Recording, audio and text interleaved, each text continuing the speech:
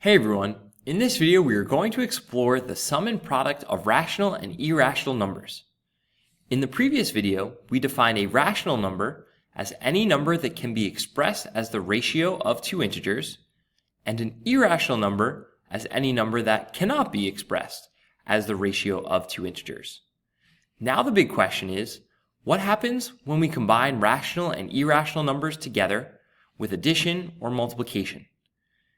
Is the result going to be a rational number, or will the result be an irrational number? Or maybe it depends on the numbers that we're using. So we are going to answer these questions by looking at a few examples for each case and then coming to a conclusion. Our first case is the sum of two rational numbers always rational. So we're given a chart. Along the top and the side are three different rational numbers, 5, 1/2, and 0. Each of those can be expressed as the ratio of two integers, 5/1, 1/2, 0/1. So now let's fill out the chart by completing the sums. So 5 plus 5 is 10. 5 plus 1/2 is 5.5, but let's write that as an improper fraction, which would be 11/2. 5 plus 0 is 5. 1/2 plus 5 will also be 11/2. 1/2 plus 1/2 is 1. 1/2 plus 0 is 1/2. 0 plus 5 is 5. 0 plus 1/2 is 1/2. 0 plus 0 is 0. So we started with two irrational numbers. We combined them with addition. Now we want to focus on the results inside of the chart.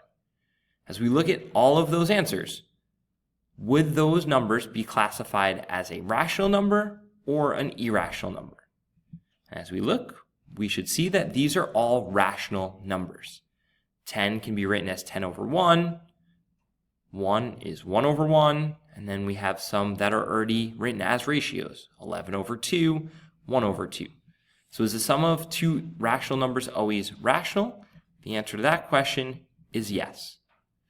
And this is true for any two rational numbers. We just have three that were given to us, but pick any rational numbers, 2 and 8. Add those together, you get 10, also be a rational number.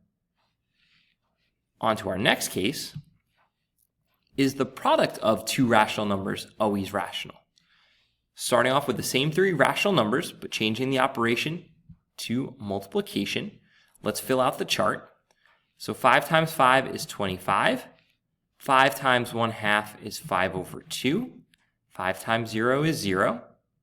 1/2 times 5 is 5/2. 1/2 times 1/2 is 1/4. 1/2 times 0 is 0. 0 times 5 is 0. 0 times 1/2 is 0. 0 times 0 is 0.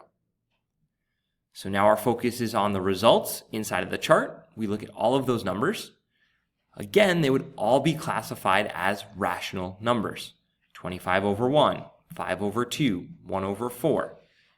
So is the product of two rational numbers always rational? Again, the answer is yes. So our first two cases, if we start with two rational numbers and we combine them with either addition or multiplication, our result will always be another rational number. Now let's move into our next case. Is the sum of two irrational numbers always irrational? So now our chart has irrational numbers across the top and the side. Square root of 2, negative square root of 2, pi, and square root of 3 in particular. None of these values can be expressed as the ratio of two integers, so they're all irrational. If we expand upon that definition, we also spoke about how the decimal expansion would be non-repeating, non-terminating, which would be true for all of these. Especially pi is the one that we're most familiar with. Pi's decimal expansion continues forever. It is non-repeating, non-terminating. So now let's complete the chart by adding these irrational numbers together. We need to check if they're like terms, if we can combine them. So square root of 2 plus square root of 2, those are like terms, and the result would be 2 square root of 2. Square root of 2 plus negative square root of 2 would be 0. Square root of 2 plus pi, those are not like terms, so we just write the sum as square root of 2 plus pi. Square root of 2 plus square root of 3, again, not like terms, so square root of 2 plus square root of 3. Now we start with negative square root of 2 plus square root of 2 is 0. Negative square root of 2 plus negative square root of 2 will be negative 2 square root of 2. Then we'll have negative square root of 2 plus pi, negative square root of 2 plus the square root of 3. Now we start with pi, so we have pi plus the square root of 2, pi minus the square root of 2, pi plus pi, those are like terms, we have 2 pi, and then we have pi plus square root of 3. Then we start with square root of 3, so we get square root of 3 plus the square root of 2, square root of 3 minus the square root of 2, square root of 3 plus pi, and then 2 square root of 3. So now we want to focus on the results and determining if those results are always irrational. And as I look, 2 particular answers stand out, and those are the answers of 0. 0 is a rational number. It can be expressed as the ratio of 2 integers. All the other answers here are irrational. Okay? But those 2 answers are rational. So back to the original question, which is the sum of 2 irrational numbers always irrational? The answer is no. All right, so the answer is no. Sometimes the sum is rational. Okay, so we have 2 examples in our chart, square root of 2 plus negative square root of 2, or negative square root of 2 plus square root of 2. But we can create other examples, such as, let's say, if we did square root of 3 plus negative square root of 3. That would be equal to 0. Pi plus negative pi equals 0. I'm using the same irrational numbers that we use in the chart, but they don't have to be. We could pick different irrational numbers as well. The main idea is the 2 irrational numbers would be considered additive inverses. Right? They're opposite signs of one another. Okay, so the answer to this question really depends on the irrational numbers that we're adding together. If we have square root of 5 and negative square root of 5 that we're adding together, well, that result is going to be rational because we get 0 as an answer. The next case, let's change the sum to a product, still working with 2 irrational numbers here. Same set of 4 irrational numbers. So let's complete the chart. So we have square root of 2 times the square root of 2, which would be the square root of 4, which is 2. Square root of 2 times negative square root of 2 would be negative square root of 4, or negative 2. Then we have square root of 2 times pi, which I will write as pi square root of 2. You could write square root of 2 times pi as well. And then square root of 2 times square root of 3 would be square root of 6. Working through the next row, we'd have negative 2, positive 2. Negative rad 2 times negative rad 2 would be positive square root of 4. Then we have negative pi square root of 2 and negative square root of 6. Then we have pi square root of 2, negative pi square root of 2, pi squared, right? Pi times pi, and then pi square root of 3. And then we have square root of 3 times square root of 2, which is square root of 6, negative square root of 6, pi square root of 3, and then square root of 3 times the square root of 3 is the square root of 9, which is 3. So now we want to look at all of our results and determine if all of these are irrational, or maybe they're not. So again, a couple of answers stand out for me here. The top left corner, 2 and -2 are rational numbers. And then down in the bottom right, 3 is also a rational number. Those can all be expressed as a ratio of two integers. So back to the question, is the product of two irrational numbers always irrational? Again, the answer is no. Sometimes the product is rational. Now let's look at the cases that were rational. Square root of 2 times the square root of 2. Right, so any irrational number multiplied by itself with a square root as the number. Okay, so I need to be careful here because pi times pi is not rational. So any square root irrational number would be rational. Okay, and then there are other cases too. So let's create one of those other cases. Let's say we had the square root of 2 times the square root of 8. Square root of 2 and square root of 8 are irrational numbers. That would give us the square root of 16, which is 4. Okay, so if the product of the two radicands creates a perfect square, then our result is going to be a rational number. So we can see that in the 5 examples in our chart. 2 times 2, perfect square of 4. 3 times 3, perfect square of 9. And those results gave us the rational answers. And then we created another example with 2 different radicands. Square root of 2 times the square root of 8. 2 times 8 is 16, which is a perfect square. And that result would be rational. So the answer to this question depends on the irrational numbers that we are multiplying together. Sometimes the result will be irrational. Sometimes the result will be rational. Our next case, we are going to look to combine rational and irrational numbers together. So will the sum of a rational number and an irrational number be rational or irrational? Okay, so we have our chart. We have our 3 rational numbers from before. We have our 4 irrational numbers from before. And now we want to fill in our chart. So 5 plus square root of 2, those are not like terms. So we write it as 5 plus square root of 2. 5 plus negative square root of 2, 5 minus square root of 2. 5 plus pi, 5 plus pi. 5 plus the square root of 3, 5 plus the square root of 3. And then we get 1/2 plus the square root of 2. 1/2 minus the square root of 2.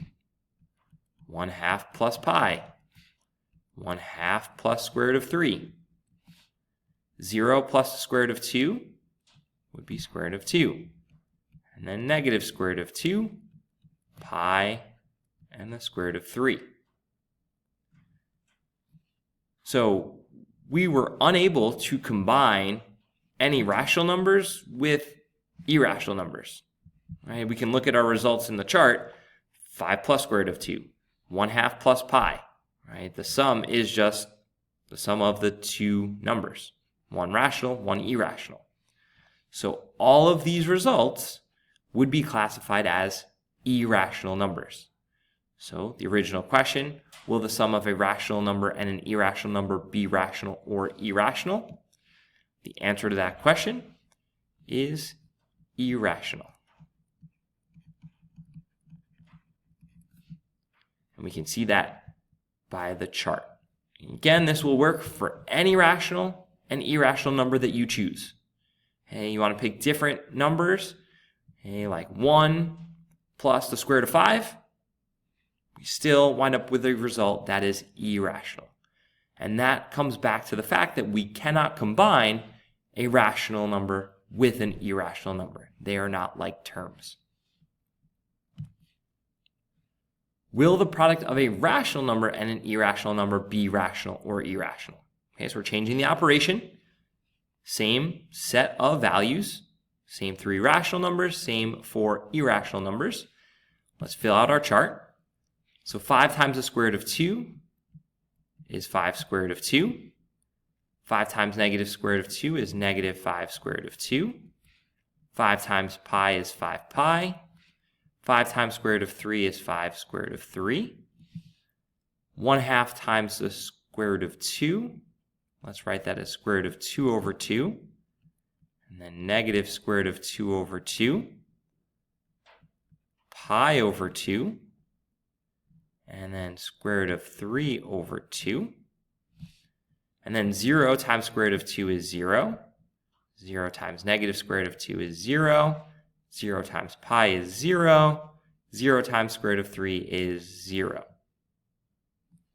So now we want to focus on all of those answers, the numbers we filled in the chart with. For me, one thing that stands out is that bottom row filled with all zeros here, because we know all those zeros are rational numbers. But all the other numbers in the chart are irrational. The only one there's a bit of hesitation for is this middle row here, the square root of 2 over 2, and the negative square root of 2 over 2, the pi over 2, the square root of 3 over 2, because all of those answers are ratios. They are just not the ratio of integers. Okay, so we can even make a note here, not the ratio of two integers. Okay, so all those answers are ratios, but the numerator in each result is an irrational number.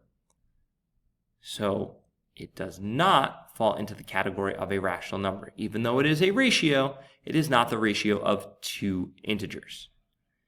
So, back to the original question, will the product of a rational number and an irrational number be rational or irrational? Well, it depends. So let's write this out. The product will be rational if the rational number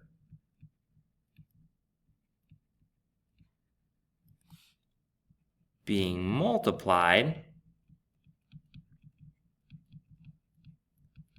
is 0. Otherwise, the product is irrational. So this is the hardest case, which is why we saved it for last. It depends on the numbers again. If the rational number we're multiplying by is 0, any irrational number you choose multiplied by 0 will equal 0. And that would be classified as a rational number. But if the rational number is not 0, 5, 1/2, 11, multiplied by any irrational number you pick, the answer is going to be irrational. So sometimes they phrase this question a little bit differently, and they'll ask, will the product of a non-zero rational number and an irrational number be rational or irrational? So they take 0 out of the thought process. And if they do that, well, then our answer is going to be irrational. But if 0 is allowed, well, then the answer is going to depend on what number we are using. So now let's summarize the conclusions that we have made. The first is the sum and product of two rational numbers is rational. Next, the sum of a rational number and an irrational number is irrational. So those three cases were the ones where we fill out the chart, we looked at our answers, and all the answers could be classified as either rational or irrational. Next, the product of a non-zero rational number and an irrational number is irrational. And the product of 0, which is a rational number, and an irrational number is rational. So This is the conclusion we made when we were looking at the product of a rational and an irrational number. The way to classify the answer is going to depend on the rational number we pick. If the rational number is not 0, the product is irrational. And if the rational number is 0, well, then the product is 0, and we would classify that as rational. And then the last conclusion is that the sum and product of two irrational numbers could be either rational or irrational. So when we filled out those two charts, we saw answers that were rational, that could be written as the ratio of two integers, and answers that were irrational. For example, if we took the square root of 2 and added it to negative square root of 2, the result was 0, which is rational. Square root of 2 times the square root of 2 gave us the square root of 4, which is 2, again, rational. But then in that same chart, we had square root of 2 plus square root of 3, which we couldn't combine, and that was irrational. And square root of 2 times the square root of 3 is the square root of 6, which is also irrational, right? So the result, or classifying the result, when taking the sum or product of two irrational numbers, is going to depend on the irrational numbers that we pick or that we're given. So not only should we know all of these results, but it's going to be helpful to be able to create your own examples. So not only do you want to know how to answer a question on sum and product of rational or irrational numbers, you want to be able to create an example to justify your answer, right? Why is it that you say that the sum of two irrational numbers could be rational, right? And you would give an example to do that. So the more examples you see, the more practice you do with this concept, the easier it is going to be to understand and be able to answer these questions. So practice with all this, and I'll see you in the next video.